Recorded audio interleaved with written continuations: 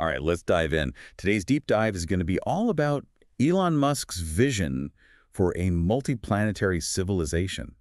Humans not just on Earth anymore, on Mars, the moon, maybe even beyond. Ambitious, to say the least. Yeah, and we've got a ton of material to dig into. Articles, interviews, research papers, you name it. Should be pretty fascinating, right? Definitely. It's a topic that, well, captures the imagination, wouldn't you say? And there's a lot more to it than just the space travel is cool aspect. Right. It's deeper than that.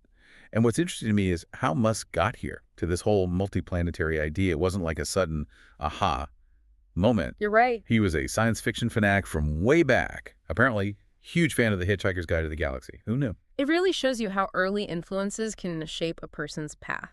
But for him, it wasn't just reading, passively. He was actively seeking knowledge, even taught himself computer programming when he was just 12. Wow, 12. That drive to learn and build, it definitely stuck with him. Okay, so let's fast forward a bit. We all know Musk, the entrepreneur. Zip2, PayPal. Dude's got a talent for spotting opportunities, building successful businesses. But then 2002 rolls around and he found SpaceX. And everyone's like, hold up, now he's aiming for the actual stars. Mm-hmm. What do you think was the turning point for him? Well, gotta remember the context, right? The dot-com bubble had just burst. Lots of disillusionment around the tech industry. Yeah, that was a wild time. But Musk, ever the optimist, he's looking ahead. Wants something bigger, something with a real impact on humanity's future. And for him? Making sure we survive as a species. And how do you do that? Become multiplanetary. That's a pretty big jump, though, right? From online payments to rockets carrying people to Mars. Mm-hmm. Not exactly a typical career move. True. But the common thread is innovation. Musk saw the space industry, how it was back then. Stagnant, stuck with old tech, totally reliant on government money. He wanted to shake things up, make space travel affordable, accessible, and ultimately make us, humanity, into a spacefaring civilization. So he starts SpaceX, puts his own money into it, and basically says, Mars, we're coming for you. Was everyone, on board with that, or did people think he was a little out there? There were definitely some raised eyebrows. A lot of people in the aerospace old guard, they kind of dismissed him, the Silicon Valley outsider with more money than sense. Ouch. But Musk had this unshakable belief, this tenacity, and he started proving them wrong bit by bit. Okay, so let's talk about Mars specifically. We've got planets closer to home, maybe even planets with more resources. Why Mars? Why is it the target? There are a few reasons why Mars is the prime candidate. First, it's relatively close compared to, say, Jupiter or Saturn. Travel time is more manageable, at least on a cosmic scale. That's good. Less space snacks needed for the trip. Plus, the day-night cycle on Mars is similar to Earth's. Could help us adapt more easily. Makes sense. But here's the big one. We have evidence Mars once had a thicker atmosphere, liquid water. Really? It suggests the potential for terraforming. A long shot, sure, but still. Terraforming. Now there's a whole other deep dive waiting to happen. Exactly. But back to Mars. Musk isn't talking about just sending a few astronauts planting a flag, right? This is about a full-blown Martian city, a whole civilization. You got it. He's talked about 1 million people on Mars by 2050. 1 million. That's a lot of people. Think about the scale. Housing, transportation, energy, food, life support. It's mind-blowing. Yeah, it's not just about surviving on Mars. It's about thriving. Exactly. So, not planting a flag, but building a whole new society. What are the biggest hurdles to making that happen, do you think? Well, first, the technical challenges are enormous. Building spacecraft to carry all those people, landing them safely, providing everything they need. It's a monumental task. No kidding. But then you've got the social and ethical considerations, too. That's where it gets really interesting. How do you govern a Martian colony? Whose laws apply? How do you build a society that doesn't repeat the same mistakes we've made here on Earth? Those are the questions, aren't they? We need entirely new ethical frameworks for space exploration, for colonization, thinking about resource allocation, environmental protection, social justice, cultural preservation. It's uncharted territory in every sense. Right, so ambitious goal, a whole planet to maybe terraform, a new society to build from the ground up. Sounds like we're going to need some seriously impressive technology to pull all this off. Understatement of the century. We're talking innovations that sound straight out of science fiction. Like what? Give me some examples. Okay, propulsion is key. We need to get to Mars faster.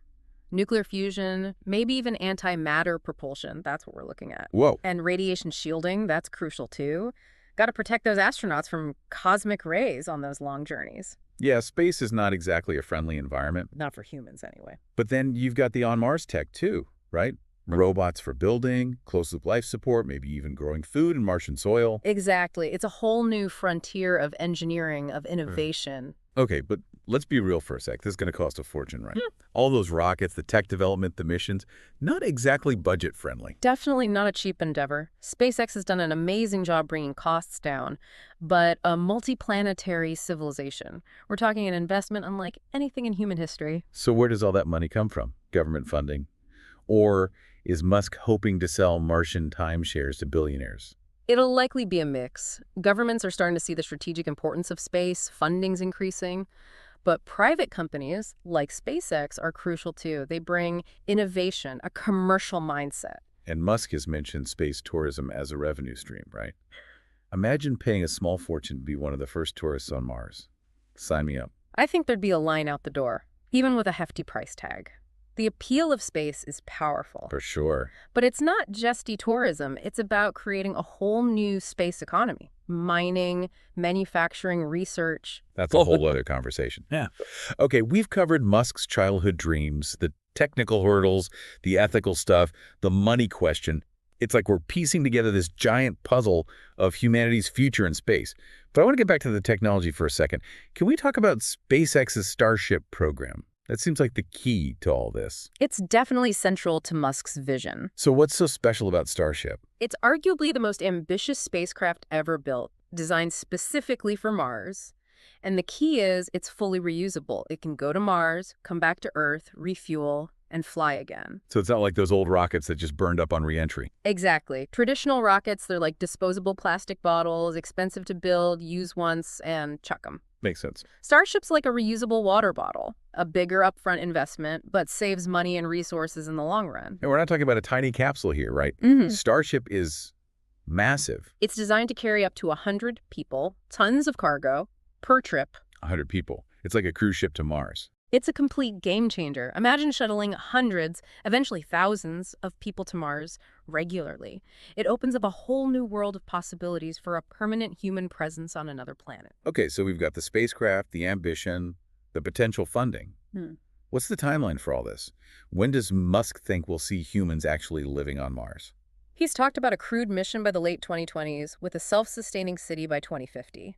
Ambitious, sure, but still. The fact that we're even having this conversation, that we're seriously considering humans on another planet within our lifetimes, pretty wild, don't you think? It's a testament to human ingenuity, our drive to explore the unknown.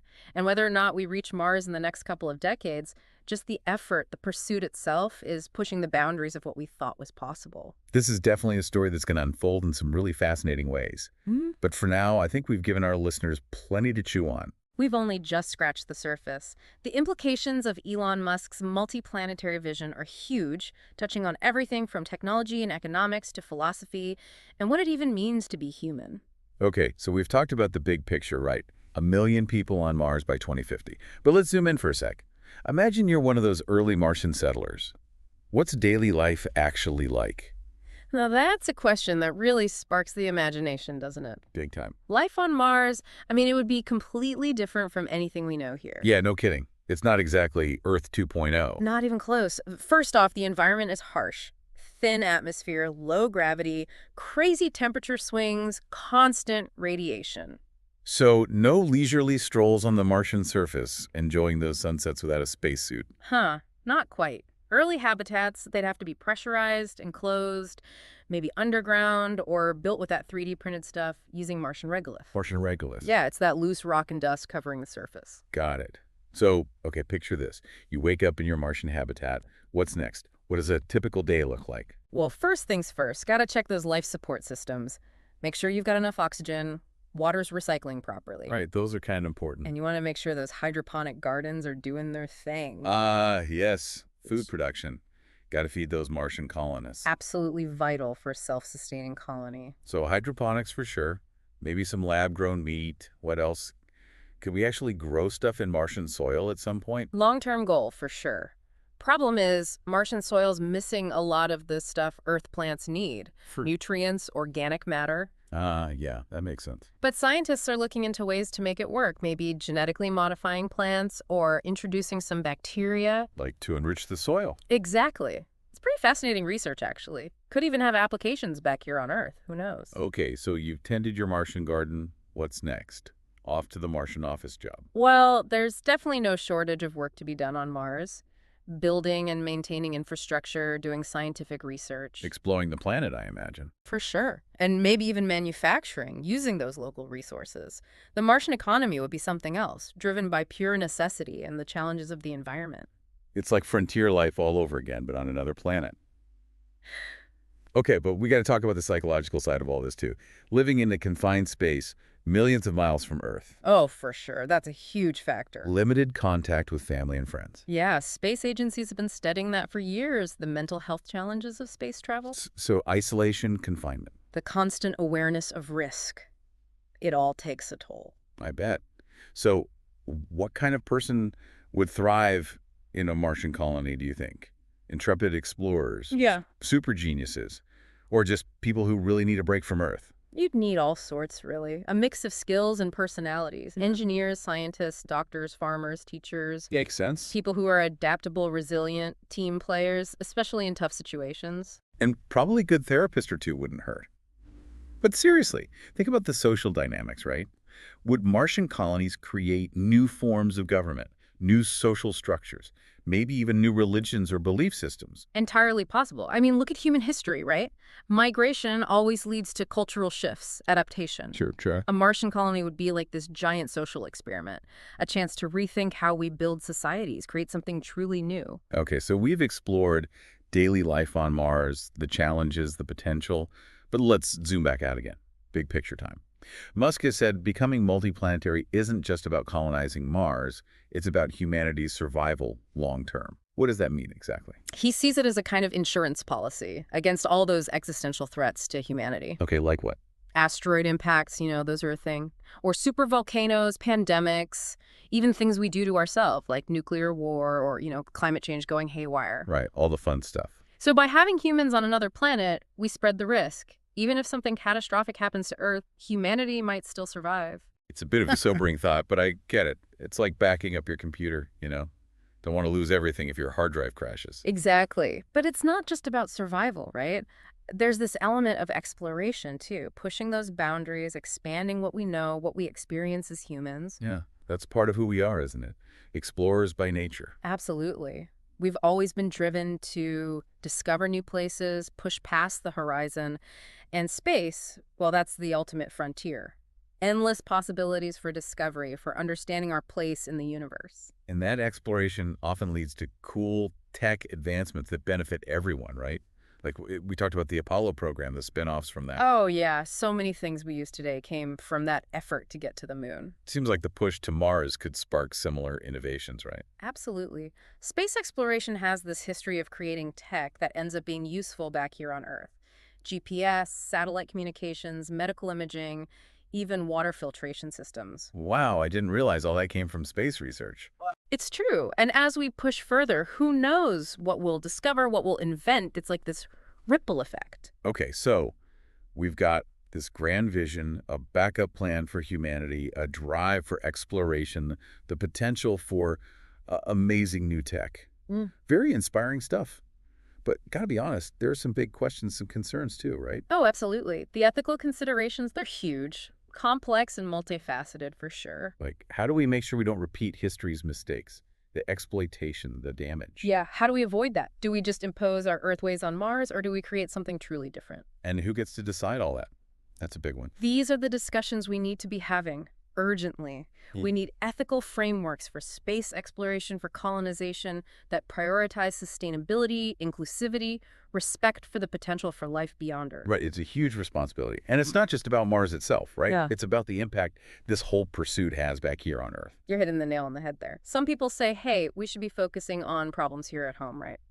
Poverty, hunger, disease. I mean, those are pretty pressing issues. They are. So do we have a moral obligation to fix things here before we go gallivanting off to the stars? Or could space exploration actually help us tackle those challenges, inspire us to be more innovative, collaborative? That's the big debate, isn't it? It is complex with no easy answers.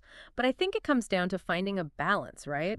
Our responsibilities to Earth and our aspirations to explore the universe. Balance. I like that. It's not an either thing, right? We can do both. Exactly. We can strive to make life better here while pushing those boundaries, exploring what's out there.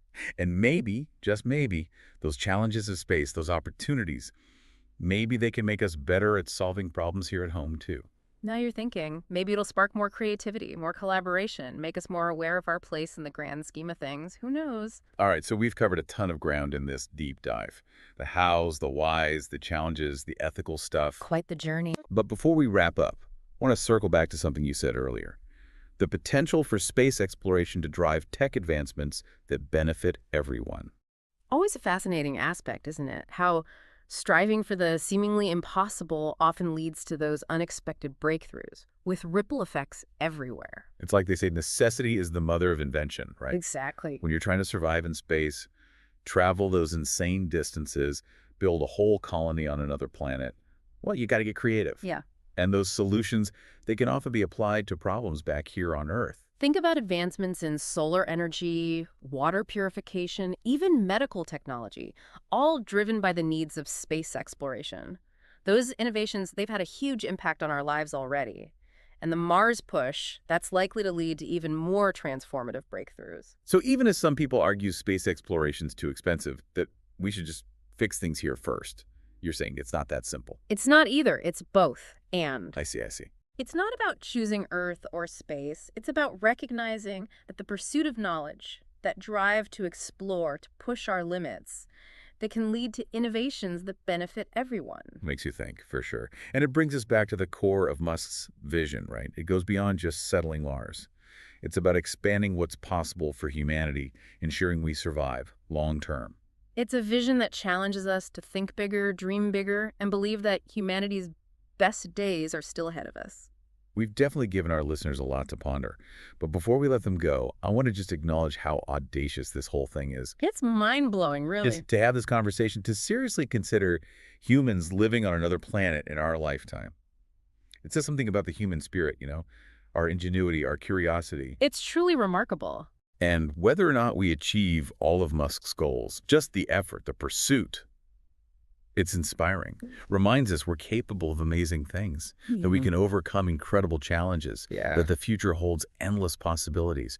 We've been talking about the nuts and bolts of getting to Mars, the challenges of actually living there, the ethical dilemmas. But, I kind of want to shift gears for a bit. Talk about something a little more, philosophical. Oh, interesting. Where are you going with this? Thinking about humanity's future, right? As a multiplanetary species, let's say just for fun, that Musk's vision, it all happens. We've got these thriving colonies on Mars, maybe even further out. Right. How does that change us? The big questions. That's something philosophers and sci-fi writers have been debating for centuries, really. Right. Tough to predict for sure, but we can speculate a bit. Maybe becoming a spacefaring civilization, it gives us this whole new perspective on Earth. You think so? Yeah, like a deeper appreciation for how fragile it is, how connected all life is. Like that pale blue dot photo, right? The one Voyager took. Seeing Earth from way out there, just a tiny speck. Powerful image. Really makes you think. It highlights how vulnerable we are, that we're all in this together on this one planet. Yeah. Maybe that perspective, amplified by actually living on another world, maybe it leads to more global cooperation. A sense of unity that goes beyond countries and ideologies. That's a hopeful thought, especially these days when things feel so divided sometimes. Right. Maybe by reaching for the stars, we learn to take better care of each other and our own planet. It's a possibility. And beyond the global consciousness stuff, there's how being multiplanetary changes our understanding of what it means to be human. Oh, for sure. Will we see Martian cultures emerge? Martian art, philosophy? Exactly. Will humanity even be the right word anymore? When you've got people spread across different planets, evolving, adapting, Well, would we still be one species? What values and beliefs would we carry with us? What new ones would develop? and what about aliens, right? If we're out there exploring more of the cosmos, chances are we'll find some kind of life. Eventually. Even if it's just microbes, right? Oh, absolutely.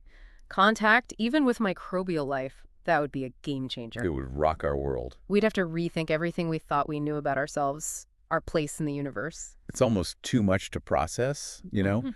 But it's pretty exciting that we're even asking these questions. We're moving from sci-fi to, well, maybe actually possible. And it's important to remember, even if we don't achieve all of Musk's goals in our lifetime, the pursuit itself, it changes things. Also, It pushes human ingenuity, drives innovation, inspires people to think big. you're right. It's not just about reaching the destination. It's the journey, the obstacles we overcome, what we learn along the way. Exactly. Even if we never build that self-sustaining city on Mars, all the tech we develop, the discoveries, the lessons learned, they'll shape humanity's future, no doubt. So win-win, really. You could say that. Whether we colonize other planets or not, the effort itself pushes us forward, broadens our horizons, challenges us to be better.